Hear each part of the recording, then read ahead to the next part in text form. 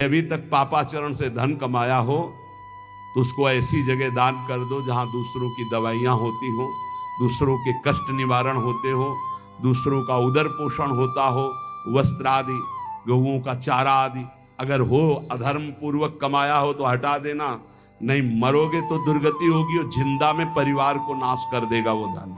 लिख लो हमारे शब्द, जिंदा में जिनके लिए तुम एकत्रित किया उनका नाश करेगा, बुद्धि का नाश, स्वास्थ्य का नाश, तांडव मचाएगा घर में अधर्म का धन, और मरोगे तब कह रहे कि तुम्हारी दुर्गति कर देगा। वही अधर्म का कमाया धन यहां बैंक में रह जाएगा, उसका कमाने का जो कर्म था वो तुम्हारी दुर्गति कर देगा। महाराज अत्रि कह रहे हैं तस्मान ग्राह्य में वही तत् सुखमानंत्यमिच्छता, इसलिए परम सुख प्राप्ति के लिए अधर्म पूर्वक धन कमाने की इच्छा मत करो।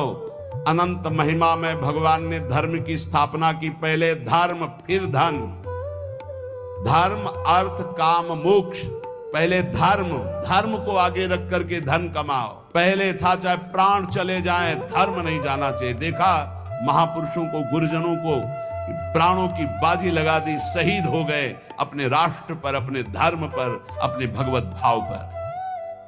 परः पराणाम पुरुषो यस्य तुष्टो जनार्दनः सा प्राप्नोत्यक्षयम् स्थानमेतत् सत्यम मयोदितम्। इस माया से परे परमात्मा है, वह परम पुरुष जनार्दन श्री कृष्ण जिस कार्य से, जिससे संतुष्ट हो गया वही परम सुखी, वही परम धनवान, वही अक्षय पद को प्राप्त करता है। मैं सत्य सत्य सत्य कहता हूं। इसलिए मानव जीवन प्राप्त करके धर्म का आचरण करो। धर्म के द्वारा संपादित किया हुआ तुम्हारा जीवन, जितने भी कर्म, वो तुम्हें महासुख प्रदान करेंगे। ना गुणान गुणिनो हंति स्तौति मंद गुणानपि नान्य दोषेषु रमते सानसूया प्रकीर्तिताः। जब कभी किसी गुणी की तुम्हारे सामने प्रशंसा होने लगे तो खंडन मत करना, किसी के गुणों का खंडन मत करो। और जब किसी के दोषों की चर्चा होने लगे तो कान में अंगुली डाल के वहां से चले जाओ। जब किसी की महिमा गाई जा रही हो तो आनंदित होकर सुनो, भगवान की विभूति है जिसका वर्णन हो रहा है। लेकिन जब किसी की निंदा की जा रही हो तो कान में अंगुली डाल के उस सभा से निकल जाओ, क्योंकि सभा में जो जो बैठा होगा उसको सबको पाप लगेगा। द्रौपदी जी को निर्वस्त्र करने का आदेश दुर्योधन ने दिया, उठ के चले जाना चाहिए। भीष्म जी को, द्रोणाचार्य जी को, अश्वत्थामा जी को, इन बड़े बड़े महापुरुषों को नहीं गए ना, नहीं रोका ना। कुछ भी हो, अगर भीष्म जी खड़े हो जाते तो किसी की ताकत थी बोले, परिणाम क्या होगा? भगवान ने सबको मार के गिरवा दिया, सबको दंड भोगना पड़ा। जिस सभा में शास्त्र निंदा हो रही हो, संत निंदा हो रही, भगवत भक्त निंदा हो रही, धर्म की निंदा हो रही हो, आपकी सामर्थ्य तो उसकी जबान बंद कर दो, नहीं तो कान में अंगुली डाल उठ के चले जाओ। उत्तम बात यही, कान में अंगुली डाल उठ के चले जाओ, क्योंकि सामर्थ्य की बात कानून विरुद्ध हो जाएगी। कुछ भी करना कानून के विरुद्ध होगा। परस्मिन् बंधु वर्गे वा मित्रे द्वेषे रिपौ तथा आपन्ने रक्षितव्यम तु दयैषा परिकीर्तिताः। चाहे कोई पराया, चाहे कोई अपना हो, चाहे भाई हो, चाहे दुश्मन हो, यदि आप भक्त हैं तो आपका व्यवहार राग और वैर से रहित होना चाहिए। भाई के प्रति राग नहीं और दुश्मन के प्रति वैर नहीं। अगर भारी विपत्ति में भाई फंस जाए तो हम कैसे करेंगे? उसकी दुख निवृत्ति। ऐसे अगर दुश्मन भी फंस जाए तो हम उसकी दुख निवृत्ति का कार्य करेंगे। दुश्मन है, वो हमें गाली देता है, अपमानित करता है, हमारा बुरा चाहता है, लेकिन हम उसका मंगल चाहेंगे, बोले उसे भक्त कहते हैं। उसे कहते हैं वो राग द्वेष रहित भगवान का भक्त जो दयावान है। आन संशयम क्षमा सत्य महिंसा दान मार्जवम प्रीति प्रसादो माधुर्यम मार्दवम च यमादस। यम और नियम, ये जिसके जीवन में होते हैं वो बहुत दैवी संपदावान माना जाता है, भागवतिक माना जाता है। यम किसे कहते हैं? ये 10 होते हैं, यम 10 और नियम 10 होते हैं। यम पहला है आनुशंस्यम, अक्रूरता, किसी के प्रति भी क्रूर वचन, क्रूर व्यवहार बिल्कुल नहीं होना चाहिए। क्रूरता तब आती है जब हमारे विपरीत कोई व्यवहार करता है, तब उसके बोलने की क्रूरता हो जाती है, चेष्टा में क्रूरता हो जाती है, हृदय में क्रूरता हो जाती है। अचानक आक्रमण होता है, अगर संबोधन करके आवे कि तुम्हारी परीक्षा हो रही तो शायद साधक सावधान हो जाए, पर अचानक आक्रमण माया का होता है, वो संभल ही नहीं पाता कि मेरी परीक्षा हो रही, और वो क्रूर बोल देता है, क्रूर कर्म कर देता है, क्रूर चिंतन कर देता है। इसका मतलब यम कमजोर है, यम नियम में वो कमजोर है। पहला यम है अक्रूरता, न वाणी में क्रूरता हो, न शरीर में चेष्टाओं में क्रूरता हो, न मन में क्रूरता हो, अक्रूरता। दूसरा है क्षमा, सबसे बड़ा बल है क्षमा। कोई कितना भी कैसा भी व्यवहार करे, क्षमा बल से उसे जीत लेना चाहिए। तीसरा है सत्य, सत्य के समान कोई दान नहीं, कोई पवित्रता नहीं, कोई बड़ा अनुष्ठान नहीं। वाणी से सत्य बोलने का नियम बना ले। कलिकाल है, इतना झूठ का बोल बाला है, पूछो मत। झूठ है जो औरों से तो और जाने, तो गुरु जी से झूठ। कई बार कहा है कि एक घर तो छोड़ दो गुरुदेव का, कम से कम उनके सामने तो सत्य बोलो। एक क्षण में उनसे भी झूठ, और जबकि पता है कि उनको पता हो जाएगा, फिर भी झूठ बोल देना।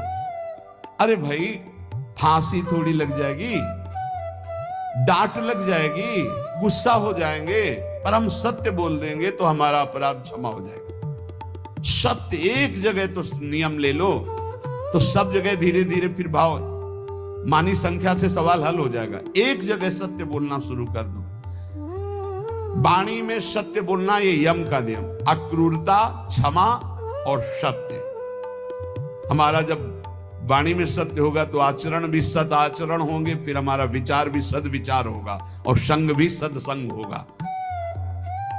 यम अगला सत्य के बाद अहिंसा, किसी की भी हिंसा न करना, न मन से, न वचन से, न कर्म से। सत्यम, अहिंसा और दान। शोधन धन्य प्रथम गतिया की दान। बस दान का तात्पर्य इतना ही समझ लो, अहंकार रहित त्वदीयम वस्तु गोविंदम तुभ्यमेव समर्पये। हे प्रभु, आपके द्वारा दी हुई वस्तु तो ये परिवार से थोड़ा,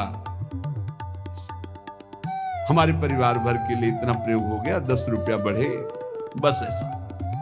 ये हमने कहीं नहीं सुना। गरीब आदमी अगर एक बछिया दान करता है तो एक राजा 1 करोड़ गाय दान करे स्वर्णिम आभूषणों से अलंकृत करके, तो उस गरीब आदमी की बछिया के बराबर नहीं होगा। ध्यान रखना, जो गरीब होकर के दान करता है उसका विशेष महत्व होता है। उसकी 4 रोटी उसके पूरे जीवन के कमाई मेहनत से, और तुम 4 करोड़ ऐसे, तो उसकी रोटी के बराबर नहीं हो सकता है। इसलिए दान का विशेष महत्व धर्म द्वारा कमाया हो। जैसे एक बार हमने सत्संग में बताया था दान के विषय में, सेतुआ यज्ञ का हुआ। मुदगल ऋषि, वो कभी किसी से दान नहीं लेते थे, तो शीलोंच वृत्ति के द्वारा वो अपना उदर पोषण करते। सील कहते हैं जो किसान अपना खेतों से अन्न का अधिकार ले चुका है, अब वो ऐसे खेत, उनमें जो दाने बाली पड़ा है उसे बिन लेना।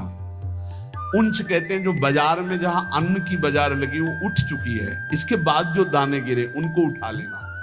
तो वो ऐसे 2-4 किलो सब मिला करके होता होगा, उससे 12 महीना सतुआ बना लेते थे, और उसको थोड़ा थोड़ा 12 महीना, और उसी से तप करते थे। एक दिन वो सतुआ पिसा के रखे ही कि इतने में परीक्षार्थ के लिए भगवान अतिथि रूप में, बहुत भूखा हूं, हे ऋषि, क्या हमारे उदर पोषण की व्यवस्था हो सकती है? तो उनका हाँ भी, तो साल भर के लिए सतुआ एकत्रित ही किया। वो परोसते गए, वो पाते गए, और पूरा साल भर के लिए जो एकत्रित किया था वो सब सतुआ पा गए। चाट चाट के पा लिया कुछ, तो उनका भगवान पूरे साल की व्यवस्था इतनी, जब इसके आगे तो है ही नहीं। तो उनका चलो हम छक भी गए हैं बहुत, और डकार ली और चले। तो एक नेवला वहां से निकला, तो जो 2-4 दाने सतुआ के गिरे थे वो उसके शरीर में छू गए तो स्वर्णिम हो गया, आधा स्वर्ण का। बड़ा उसको चमत्कार मिला। तो जब सुना महाराज युधिष्ठिर की राजसूय यज्ञ हो रही, इतनी बड़ी ब्रह्मा शंकर आदि बड़े बड़े महापुरुष, स्वयं भगवान सच्चिदानंद श्री कृष्ण द्वैपायन व्यासदेव जी सब विराज, तो नेवला पूरी पंगतों में लौटता हुआ घूमता, कहीं स्वर्ण का नहीं हुआ। तो भगवान श्री कृष्ण के पास से निकलकर महाराज युधिष्ठिर वहीं बैठे थे। कहा महाराज तुम्हारी यज्ञ मुद्गल ऋषि की सतुआ यज्ञ के बराबर भी नहीं है। तो भगवान श्री कृष्ण ने कहा ऐसा क्यों कह रहे हो? आज तक किसी चक्रवर्ती सम्राट ने ऐसी यज्ञ नहीं की जिसमें स्वयं मैं विराजमान हूं और सब मेरी विभूतियां विराजमान है और सब शास्त्रीय पद्धति से हो रही, तुम ऐसी निंदा क्यों कर रहे हो महाराज राजसूय यज्ञ की युधिष्ठिर की? तब उन्होंने पूरी कथा सुनाई कि सतुआ यज्ञ वाली। बोले महाराज मैं पूरा लौट के देख लिया है कि रुआ भी सोने का लय हुआ, तो हुआ ना आपकी यज्ञ उनसे छोटी? तो भगवान ने कहा हां, मुद्गल ऋषि की सतुआ यज्ञ के बराबर तो राजसूय यज्ञ नहीं। क्यों? वो अकिंचन, प्रतिग्रह रहित। तो यहां कह रहे दान शब्द मुद्गल ऋषि का जोर का हुआ, जो धर्म के द्वारा मेहनत करके कमाता है। जब कोई राधा बाबा से कभी कोई दक्षिणा देने की बात आई, एक बार राधा बाबा ने भागवत सुना तो कहा भाई भागवताचार्य को दक्षिणा देनी चाहिए, कोई दक्षिणा देगा? पर धर्म की कमाई का, अगर पाप की कमाई का दिया तो समझ ले तो किसी की जेब में नहीं। एक जो घास खोदना सेवा करना, तो उसने कहा बाबा 50 पैसा या 100 रुपया हम दे सकते हैं। बोले हाँ बस इतना ही काफी है। बाबा ने लिया और कहा भागवताचार्य जी से ये है दक्षिणा। वो तो केवल बाबा को प्रसन्न करने के लिए सुनाने आए थे, उनका अर्थ से कोई मतलब नहीं। हिम्मत नहीं पड़ी किसी की 10-5 रुपया देने की, केवल वो एक घास खोदने वाला। बाबा मेरी कमाई धर्म की है, ये 100 रुपया या 50 पैसा, चाहो तो 50 ले लो 50 पैसा, ये चाहो तो 100 रुपया, इससे ज्यादा हमारे पास व्यवस्था भी नहीं। ये दान वही जो मेहनत के द्वारा किया हुआ। फिर दूसरे यम आगे नम्रता, नम्रता विद्या विनयम ददाति। आज पढ़ लिख करके उद्दंड बनते हैं, पढ़े लिखे। पूछो अपने माता पिता के पैर छूते हो? नहीं। माता पिता कहते हैं कहां जा रहे हो? बोले आप अपना देखो, हम स्वतंत्र हैं, हमारा जीवन अपना, हम जो कर रहे हैं वो तुम्हारा अधिकार नहीं। ये है विद्या, ये है विनयम ददाति, ये है विनय। कठोर शब्द बोल रहे हैं, माता पिता को उद्दंडता पूर्वक व्यवहार कर रहे हैं, गुरु का उपहास कर रहे हैं, टीचर का उपहास कर रहे हैं। बच्चों को देखो ना, टीचर का उपहास कर रहे हैं। नम्रता विद्या से आती है, विद्या विनयम ददाति। पढ़ना लिखना ये तभी सार्थक है जब विनय आ जाए। उल्टा हो रहा है, जितना विद्या घमंड बढ़ता चला जा रहा है, अहंकार बढ़ता चला। विद्या रूप महत्व कुल धन यौवन अभिमान, कुछ नहीं मिला, कोई विद्या नहीं। जो जितना विवेकवान, जितना विद्यावान, उतना विनयी पाया गया, घमंडी नहीं पाया गया। या उल्टा होता है। क्यों उल्टा होता है? क्योंकि गुरुजनों के चरणों में बैठकर विद्या नहीं ली गई है। इसीलिए पहले गुरुकुलों में भेजा था महापुरुषों के समीप के, वहां विद्या विनय प्रदान करती थी। रजोगुण रहित जीवन, ऋषियों के समुदाय में एक भागवतिक वातावरण। नम्रता। फिर है सबसे प्रीति, सब जीवन सुप्रीति रीति निभाता अपनी, सबसे प्रेम का व्यवहार, लेकिन निष्काम, किसी से कोई कामना नहीं। फिर यम में आता है प्रसन्नता, संतुष्टायन के हर स्थिति में तुम्हारा मन प्रसन्न होना चाहिए। फिर मधुर वाणी, जब बोलो हंस बोले बहु मान दे, परुख वचन कबहु न कहाए। और कोमलता, हृदय बड़ा कोमल होना चाहिए। ये 10 लक्षण यम कहलाते हैं। कहा जाता है ना, यम नियमों का पालन करने से ही भगवत प्राप्ति होती है। तो अक्रूरता, क्षमा, सत्य, अहिंसा, दान, नम्रता, प्रीति, प्रसन्नता, मधुरवाणी, कोमलता, ये 10 यम है और ये 10 नियम है। शरीर की पवित्रता, वस्त्र की पवित्रता और मन की पवित्रता, तीनों पवित्र होने चाहिए, बिल्कुल ऐसे पशुतावरे। हाथ कोई धो ले तो बड़ी बात है, पहले जल लेके साधु, ये बिल्कुल अब इतना वीआईपी है कि कमंडल रखना बेइज्जती की बात हो जाएगी ना। बाबा जी कमंडल कैसे? कमंडल है, डंडा है, बंधा लंगोटा, काछ वाछ मन निश्चल राखे, धन धन जननी तेरी। रास्ते में लघु शंका लगी तो कैसे हो गए?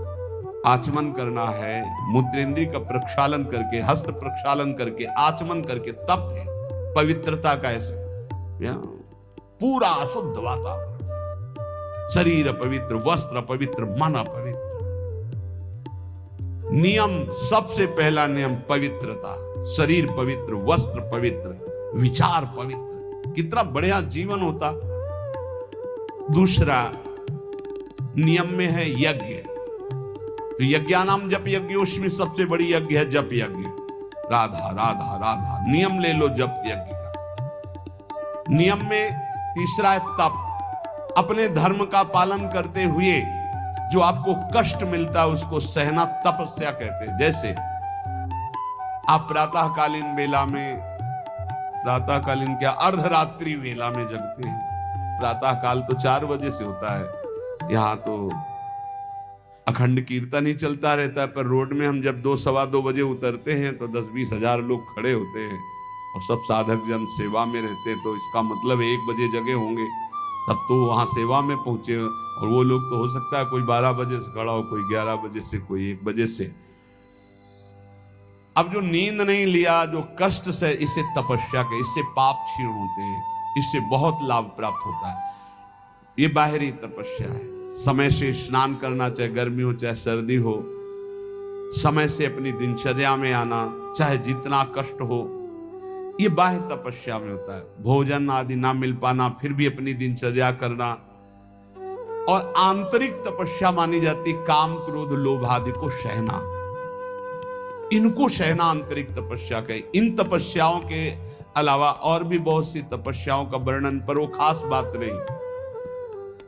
आए हुए वेग को सह जाए सो महात्मा, काम के वेग को, क्रोध के, लोभ के, मोह के वेग को जो सह जाए, ये सबसे बड़ी तपस्या। नियम पवित्रता, नियम जप, नियम तप, कष्ट सहने का स्वभाव, नियम दूसरों को सुख देने का स्वभाव। आओ बैठो बैठो, मृदु भाषण। आप जल पिएंगे, श्री जी का कुछ भोग लगा, आप थोड़ा प्रसाद पा लीजिए। मृदु व्यवहार, सरल व्यवहार। स्वाध्याय नियम, आपका नियम होना चाहिए स्वाध्याय का। ये नियम के अंतर्गत आते, स्वाध्याय नियम पूर्वक। और नियम जनेन्द्री का निग्रह अर्थात ब्रह्मचर्य। नियम में ब्रह्मचर्य व्रत बहुत जोर की बात। गृहस्थ है तो संयम पूर्वक विरक्त है। जनेन्द्री का संयम ब्रह्मचर्य और मौन व्रत, वाणी का मौन व्रत, ये नियम। और अल्पाहार का नियम या उपवास का नियम, बहुत बड़ा भजन में इसका प्रभाव पड़ता है। आपका अधिक भोजन पाने से जो भजन में शक्ति लगनी चाहिए वो भोजन पचाने में लगती, इसलिए भजन में रुचि नहीं होगी, ध्यान रखना। या तो अल्पाहार और या फिर कभी कभी उपवास, पर सेवा नहीं छोड़ना। श्री सुदामा दास जी महाराज सुदामा कुटी के स्वयं आटा मांग कर लाते, स्वयं उपला बिनते, फिर रोटियां बनाते, फिर संतों को पवाते। उनकी मेहनत ऐसा रंग लाई कि तब से लेके आज तक शास्त्रों संतों की सेवा ऐसे होती रहती है। अपरिचित कोई भी संत जाए, पाए और बना रहे। बारंडा बड़े बड़े बने, आसन लगाए, 10-5 दिन खाए पिए पड़ा रहे। आज भी वो सेवा चल रही। संत सेवा अगर मिल जाए, परोसना है, पत्तल उठाना है, पोछा लगा, ये अहोभाग्य समझा जाए। इसको ऐसा ना समझा जाए कि एकांत में बैठकर भजन करना ज्यादा अच्छा है, लेकिन इनके बीच नहीं। मन की गति को संभाल पाना बहुत कठिन है। आज एकांत के लिए, भजन के लिए कर रहा है, कल एकांत के लिए, भोग के लिए कहेगा, इसका कोई विश्वास नहीं। गुरु प्रदत्त दिनचर्या को कभी न तोड़ा जाए। और 10 वर्ष एक ही दिनचर्या चलाई जाए, मन शांत हो जाएगा, अपने आप देख लेना। ये नियम है। अल्पाहार नियम बना लो अल्पाहार का। एक साधु की, साधक की दिनचर्या भोजन की होनी चाहिए। इतनी रोटी, इतना चावल, इतनी सब्जी, इतना दाल, वो नियम है, उतना ही पाना है। कुछ भी हो, अच्छे से अच्छा पदार्थ हो, एक नियमावली भोजन की होनी चाहिए। और स्नान 3 बार, ब्रह्मचारी 3 बार स्नान होना ही चाहिए। 24 घंटे में 3 बार स्नान। वो शरीर सुख के लिए नहीं, जैसे अब सोने जा रहे हैं तो कोई स्नान करते हैं, नहीं, कदापि नहीं, दिनचर्या के विरुद्ध नहीं। एक प्रातः जो अभी 1:30-2 बजे हुआ, और एक पुनः अगर आपका दिनचर्या का क्रम में 8 बजे, 9 बजे, 10 बजे जैसे स्नान का हो, फिर एक सायं 4 बजे, 5 बजे, बस। अपने का तो 2-3 घंटे बाद ही पुनः स्नान होता है, फिर सायं होता है। 3 स्नान जीवन हो गए, 3 स्नान जीवन। अगर कहीं पेट खराब हो गया तो जय बार फिर अर्ध स्नान करना ही करना है। ये 10 नियम और 10 यम ये साधक के जीवन में होने ही चाहिए। नियम पवित्रता का, जप का, तप का अर्थात कष्ट सहने का, दूसरों को सुख देने का, स्वाध्याय करने का, ब्रह्मचर्य का, मौन का, उपवास का, स्नान का, ये नियम होने चाहिए। नियम होने चाहिए। इसमें ये नहीं देखा जाता है स्नान का कि शौच लगी है तो ठीक है, शौच नहीं लगी तो चलो नहीं करते स्नान, इसका नहीं। एक नियम